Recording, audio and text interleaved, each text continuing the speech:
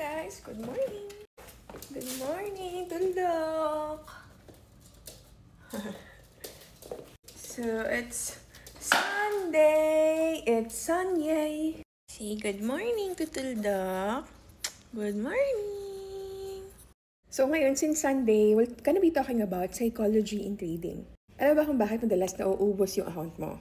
Hindi lang dahil mali yung entry mo, pero dahil hindi ka marunong huminto. Alam mo na nagsisimula sa trading. Lagi ko iniisip pag may setup, go. Pag may nakita, pasok ulit. Kahit wala pa sa plano, trade pa rin ng trade. Ang ending tuloy, sunod-sunod yung talo, diba? Pero ito yung mindset shift na nagbago ng lahat.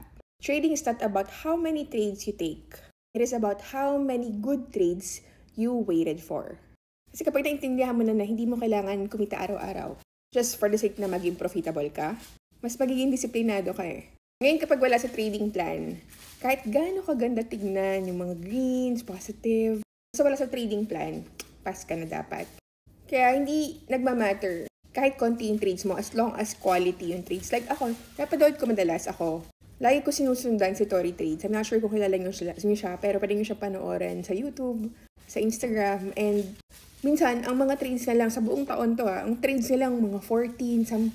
Pero grabe, kung kumita siya like right now, half of the year, ang total na kinita niya nasa $300K na. Pero ano trade niya pa lang ate, parang mga 14 trades pa lang, pero sobrang quality. And natutunan ko rin yan during the time na nagsisimula din ako. Na-realize ko na sobrang dami kong mga trades. Like umaabot yung trades ko, 20, 50, nag-i-scalping ako. Doon pa talaga ako nagkakaroon ng mga loss. Kasi mapapansin ko, morning, afternoon, London session, profit na ako. Tapos nung nag-trade pa ako nung New York session, nung dinamihan ko pa yung trade, doon pa natalo, diba? So sayang. So na-realize ko, nung time na nagre-review ako ng mga journal ko, ganyan, na-realize ko na parang, okay, dapat pala less than 5 or less than 10 lang yung trades ko for a day. Kasi kumikita ako kapag ganun lang yung trades ko. Basta quality yung setup. Kahit mga dalawang setup lang for the day, okay na yun, diba? Siyempre, meron tayong visitor for today. Kaway-kaway kayo dyan, kay Kaka. Ayan. So, siya yung mag-i-inject sa atin every morning. Hindi siya nurse, pero pinagkakatiwalaan ko na. Mag-shift muna siya ng ano niya. Kasi, COO siya ng Legendary Trading Academy. For today, nurse na muna siya. Shift na muna siya ng role niya.